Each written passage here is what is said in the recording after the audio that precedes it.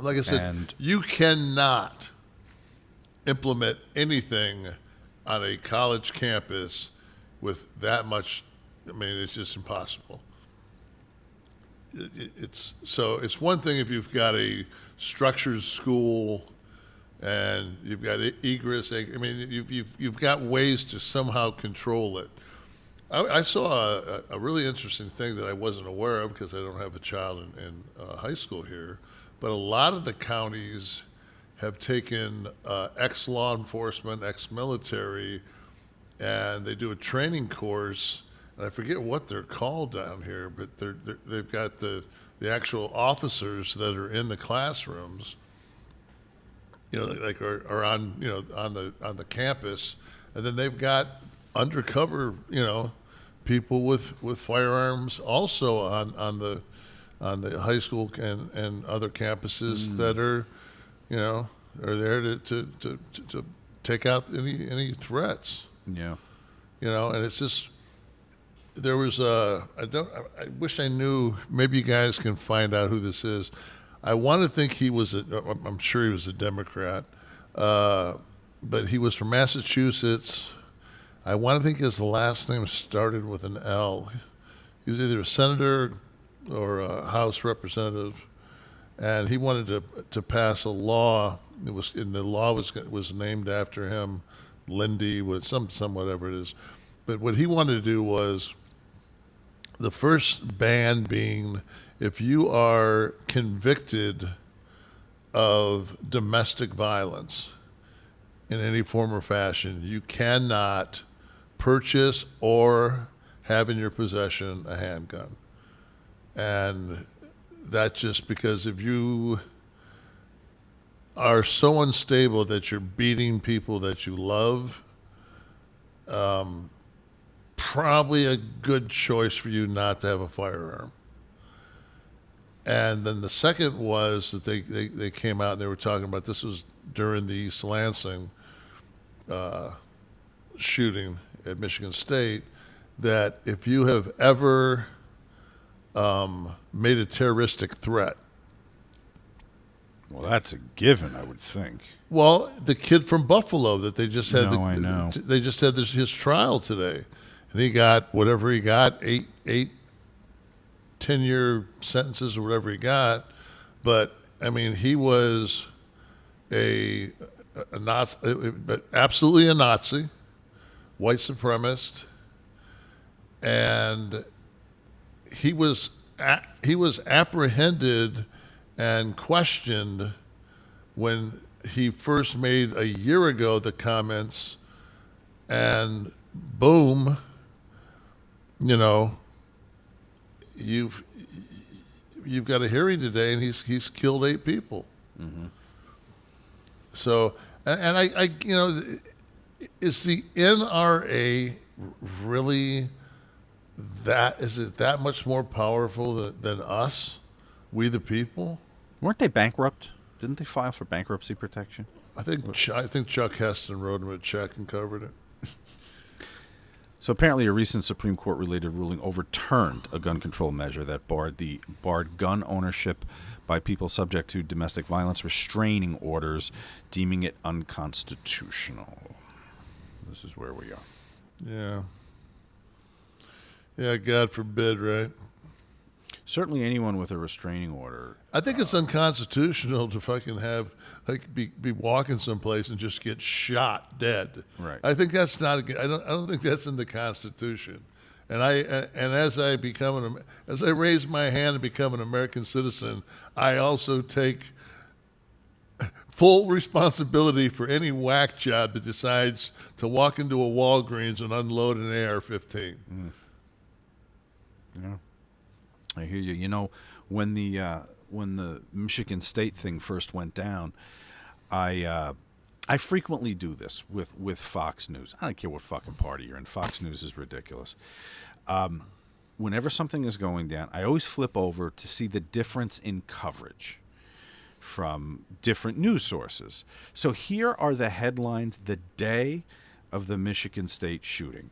Okay, CNN's headline: Michigan State shooting leaves 3 dead. These are all the front page of the website So on my phone, on the bowl, doing this the day it happened, the afternoon it happened. CNN's headline, Michigan State shooting leaves 3 dead. NBC News, 3 killed and suspect dead after mass shooting at Michigan State University. The BBC, over the pond, 3 killed in shooting at university. Fox News' headline. Try and find it. Michigan State University shooting. Suspect is 43-year-old black male with no ties to school. There were your 4 headlines from the major news sources. There's the lead. And speaking of the BBC, I did look up. They had a pretty comprehensive on the 24th of January, if you guys want to look for the listeners out there want to look for the article from the BBC about United States statistics on gun violence. This is a country with no stake, no political stake in this, okay? It's as neutral as you can get. So there are the typical graphs on mass shootings and how many... Before we go into this, are you giving them like a kind of a fucking... a little bit of a stroke job so you get some good food when you get over there? Yeah, when I eventually make my way over there, I'm hoping I could get comped at a few restaurants. So they're the typical ones that you'll see, statistics on how many incidents of gun violence. And there is a compilation of the worst shootings since 1991, which cities they occurred in. Interestingly enough, some breakdowns on, of the gun-related deaths. They talk about 24,000 were suicide, 19,000 homicide, 611 legal intervention. But when you drill further down into the international statistics, this is where it gets interesting to me. For example, the first graph we're looking at here, if you're on YouTube, international comparison of gun-related killings as a percentage of all homicides. 79% in the United States, 4% in the UK, 37% in Canada, 13% in Australia. Consider that a minute. Percentage of gun-related killings as a percent of all homicides. So 79% of the homicides in this country in 2020 were by gun. 4% of the homicides in UK were gun. What are they? Are they all strangling each other over there? How are they beating? They beating each other with? I mean, I don't know if the dental care has improved in the UK at all. Is it halitosis that's knocking people down? You'll get shanked over there in a heartbeat. They're sticking people, I guess, huh? Yeah, you get shanked. You get shanked in the UK. But you know what? Canada, like in the time that I've been on this planet, like cities like Calgary, Edmonton, like there's gun violence in those cities now. There's like sides of the city that people and what has happened is like they've done everywhere. They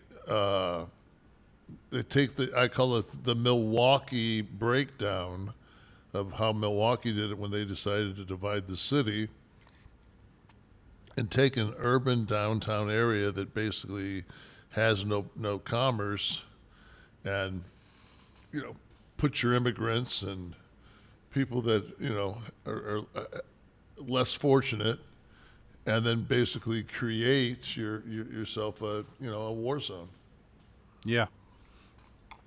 If you go down a little more, Steve, the top 10 civilian gun-owning countries, number of firearms per 100 residents, we're over 100.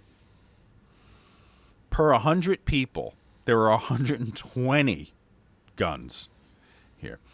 Followed closely after us by the very progressive countries of Yemen, Serbia, Montenegro, Uruguay, and they're not even close to us.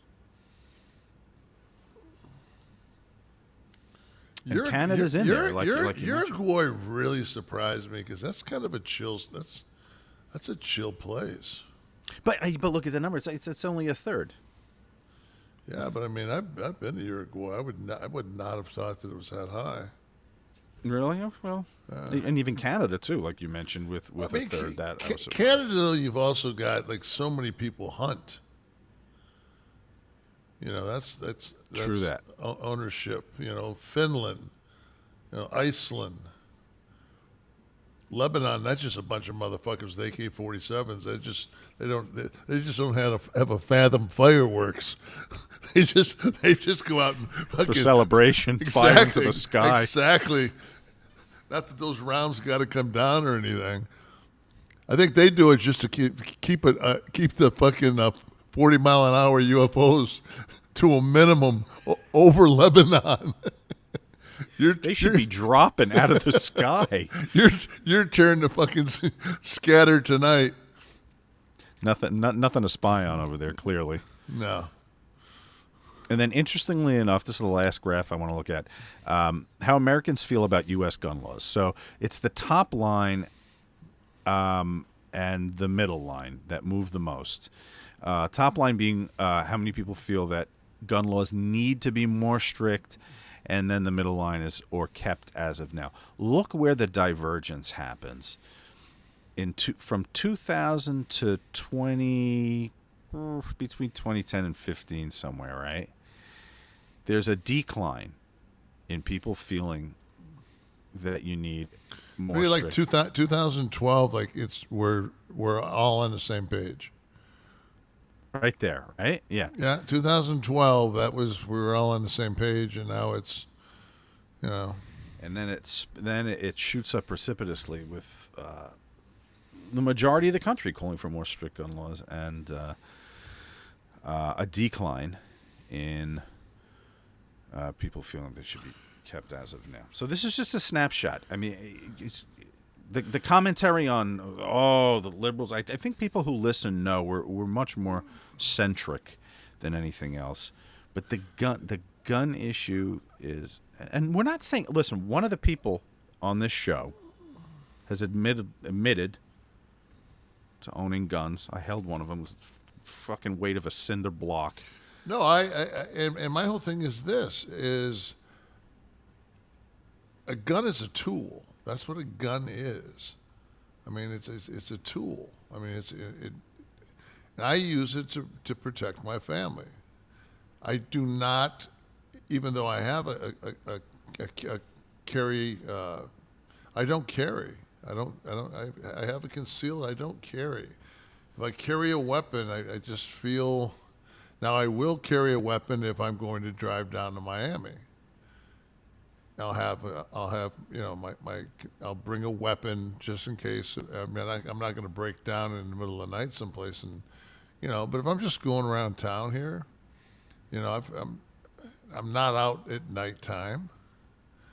Mm-hmm. So it's just like I'm not going. There's talk in Florida that they want to just, if you want to carry, you can carry. You don't need a concealed permit. You can just carry. And then there was, I think, one of the people that wrote in, I don't know if it was this week or last week on the YouTube, but he lives in West Virginia, and he was saying that West Virginia has that type situation where you can just carry a firearm. And he says, I find myself minding my own business.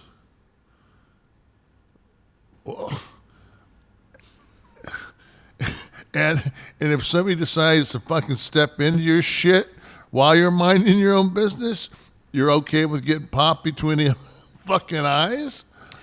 The argument, or at least the case that's sometimes made by some that say the more guns in society, the more civil people will act because everyone knows everyone's got a gun. You're talking about logical, reasonable people, and that may be true for most of us. Look at the abject stupid behavior on half of the people that I see during the course of the day. You're giving them the gun. My problem isn't you, Mr. Civic-minded individual. My problem is the morons at the red light that get out of the car and punch someone's car.